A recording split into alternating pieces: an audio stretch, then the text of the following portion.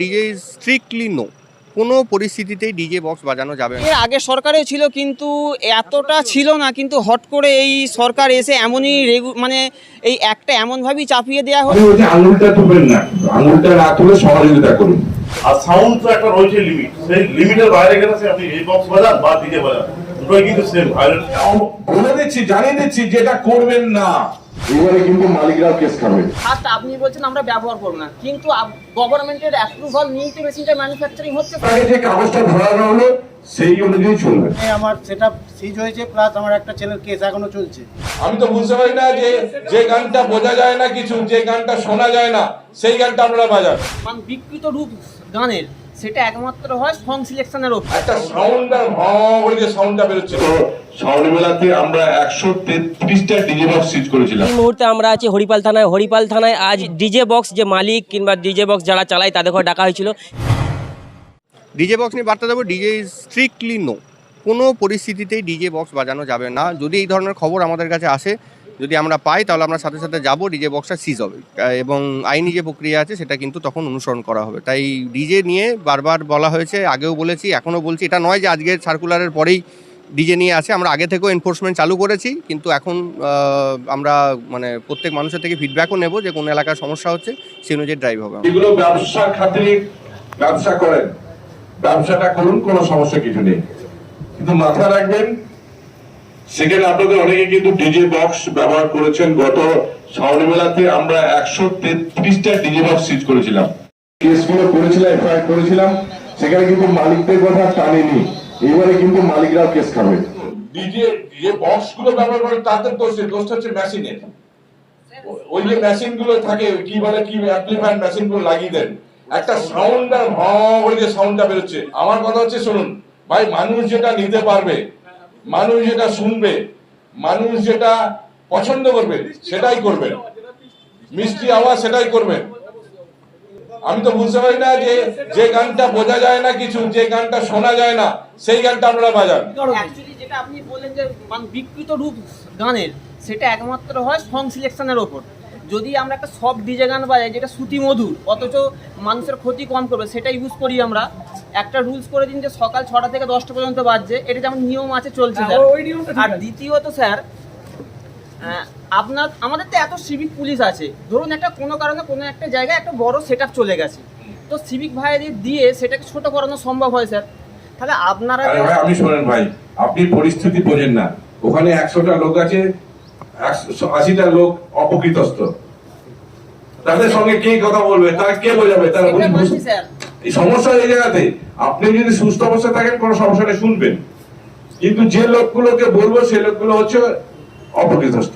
কিন্তু স্যার এতে কি হচ্ছে বলুন তো, একটা সেটআপ যখন আমরা লোন না, আপনাদেরকে বলে দিচ্ছি, জানিয়ে দিচ্ছি যেটা করবেন না, এটা যাতে না করা হয়, না যাতে না ভাড়া দেন, সেই জন্যই তো আমাদের মিটিংটা ডাকা। স্যার এটা তো বললেন এই ব্যক্তি এই বয়সে কি করে খাবে, একটু আমাকে বলেন। না, খাবে বললে হবে না, আপনি অন্যায় করে দেবেন। আমি কি বলছি স্যার, গানটা বিকৃত রূপ করলে সেটা মানুষের ক্ষতি করে, কিন্তু সেটা যদি আমরা সবাই আমি সাউন্ডটা দেখুন, সাউন্ডের রেগুলেশনটা দেখুন, পড়ে দেখুন কোথায় আছে। হ্যাঁ সার্কুলার আমি দিয়ে দিচ্ছি। ঠিক আছে স্যার। এই সার্কুলারের বাইরে এটা তো সরকারি আইন। হ্যাঁ সে তো আইনের বাইরে গিয়ে তো আপনি আইনের বাইরে কিছু করতে পারেন না। সে তো অবশ্যই স্যার। তো সেখানে কে কি করে খাবে, অন্যায় ভাবে খাবে, সেটা বলতে পারবো না। আরেকটা স্যার বলছিলাম, ধরুন একটা বড় সেটআপ গেল, বাই চান্স হয়তো আমি মানছি যে সে উচ্চ স্বরের সাউন্ড হচ্ছে, সেটাকে যদি হয়তো কোনো জায়গায় রিপোর্ট গেল, সেটাকে যদি সঙ্গে সঙ্গে পার্টির সাথে মালিক পক্ষ কথা বলে সেটাকে যদি মানে ছোট করে দেওয়া হয়। আমি বলছি ভাই, না হলেই ভালো হয়, যে এটা যেন ভাড়াটা না দেন, এই জন্যই মিটিংটা ডাকা। আপনি যদি বেশি চলে যায়, যদি এটা হয়, এটা প্রশ্ন নেই। আমার প্রশ্ন হচ্ছে ভাই, মাইকটা যখন ভাড়া দেবেন, বক্সটা যখন ভাড়া দেবেন, মেশিনটা যখন ভাড়া দেবেন, ঠিকঠাক ভাবে ভাড়া দেবেন, এই জন্যই মিটিংটা। আমরা চাইছি পুলিশের একটু সহযোগিতা, আমরা সহযোগিতা করার জন্যই আজকে মিটিং ডেকেছি। কারণ স্যার আমরা যখন আমরা একটু কথা শুনুন স্যার, আমরা যখন একটা প্রোডাক্ট কিনছি, ফার্স্ট আপনি বলছেন আমরা ব্যবহার করব না, কিন্তু গভর্নমেন্টের অ্যাপ্রুভাল নিয়ে তো মেশিনটা ম্যানুফ্যাকচারিং হচ্ছে স্যার। আমরা তাহলে কিভাবে দেখাতে পারবেন না, আমরা ম্যানুফ্যাকচারিং দেখাতে পারবেন না, তাহলে স্যার ট্যাক্স দিচ্ছি আমরা। আপনি দেখুন, এই যে ইঞ্জিন ভ্যান গুলো, ইঞ্জিন ম্যানুগুলো যেগুলো জাঙ্গিপাড়া ম্যাক্সিমাম তৈরি হচ্ছে, এতে ম্যানুফ্যাকচারিং কিছু আছে? কিন্তু আমরা যেটা ব্যবহার করছি জিএসটি দিয়ে গভর্নমেন্ট না না না না না, দেখুন আপনার হাইকোর্টের আপনি ওরা বলুন যে আপনার করছেন তার পারমিশন ঠিক আছে। জিএসটিটা ব্যবসা করার জন্য জিএসটিটা তা দিতে পারে, কিন্তু আপনি দেখান যে এই ডেসিবেলে এত ডেসিবেলের আওয়াজ হবে সেটা বিক্রি করছেন, আপনার পারমিশনটা দেখান। আপনি যে প্রোডাক্টটা করছেন পারবেন না দেখাতে, সেটা পারবো না, আমি মানছি। পারবেন না দেখাতে ভাই। আমার কথা হচ্ছে যে যত বড় মেসেজ সাউন্ড যদি লিমিটেশন তার লিমিট থাকে কোনো সমস্যা নেই ভাই। আপনাকে যে কাগজটা ধরানো হলো সেই অনুযায়ী চলবেন। একটা কথা বলি, গত বছরে আমার এই সামনেই রঘুবাটি গ্রামে আমার সেট আপ বাজছিল, তো সেখানে আমার সেট আপ সিজ হয়েছে, প্লাস আমার একটা ছেলের কেস এখনও চলছে। তার এক সপ্তাহ পর, বেশি দিন নয়, এক সপ্তাহ পর এখানে জামাইবাটি গ্রামে দুটো বড় বড় দেখুন আমি কথা বলি, আপনি হয়তো একটা উদাহরণ দেবেন যে এই জায়গায় চলেছে, আমি বলছি আঙুলটা তুলবেন না, আঙুলটা না তুলে সহযোগিতা করুন। আপনাকে বারবারই বলছি, আপনাদেরকে দেখেছি, আপনারা ব্যবসা মতো করুন, সাউন্ড যেটা ভাড়া দেওয়া সেটা দিন, আমাদের সাথে সহযোগিতা করুন। এই কারণে কিন্তু কোঅর্ডিনেশন মিটিংটা ডেকেছি আমি। আর সাউন্ড তো একটা রয়েছে লিমিট, সেই লিমিটের বাইরে গেলে আপনি এই বক্স বাজান বা ডিজে বাজান, দুটোই কিন্তু সেম ভায়োলেট করছে, এবং সেটারই অন্তত আইনের আওতায় পড়ে যাচ্ছে। এই মুহূর্তে আমরা আছি হরিপাল থানায় আজ ডিজে বক্স যে মালিক কিংবা ডিজে বক্স যারা চালায় তাদেরকে ডাকা হয়েছিল, জেনে নেবো কি বলছে তাদের।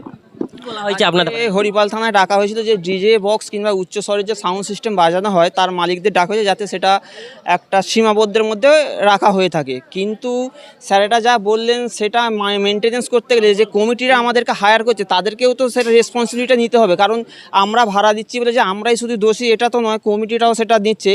এবং এইটা যে আমরা হয়তো এই সংখ্যক ব্যক্তিরা এসেছি, কিন্তু আমাদের সাথে তো আরও 10টা লেবার কাজ করে, সেই 10টা লেবারেরও পরিবার কিন্তু এর সাথে যুক্ত আছে। এবার স্যারেরা বলছেন সেটআপটা ছোট করে দিতে, হয়তো ছোট ছোট ভাড়া, কিন্তু একটা মানুষের আয় যখন 30,000 টাকা, তার জীবন ধারণ ক্ষমতা কিন্তু সেইভাবেই তৈরি হয়ে থাকে। আর যদি সেটাকে ছোট করে দিই, আমার আয় যদি 5,000 টাকা হয়, তাহলে আমি কি আমার সংসার চালাতে পারবো? এই কথাটা কিন্তু স্যারেরা কেউ এটা আমাদেরকে বুঝলেনি না আমাদেরকে।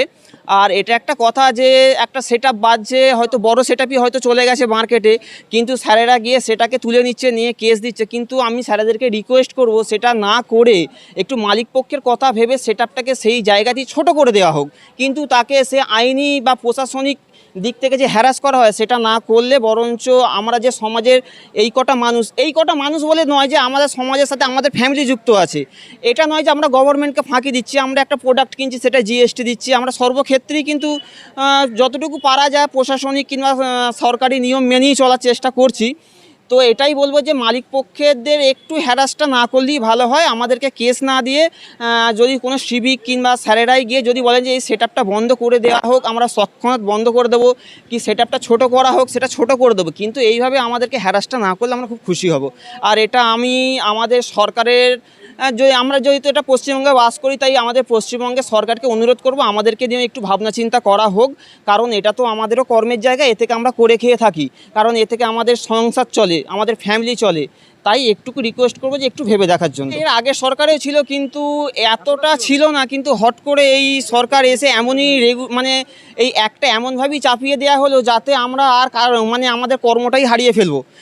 আর যদি বলেন যে অন্য কর্ম, কিন্তু স্যার একটা কথা বুঝতে পারছেন না যে ব্যক্তির 40-50 বছর বয়স, সে 20 বছর থেকে এই ব্যবসাটা ডেভেলপ করেছে, 40 বছর বয়সে এসে কি সে আর নতুন করে কোনো চাকরি বা কোনো কর্ম জোগাড় করতে পারবে?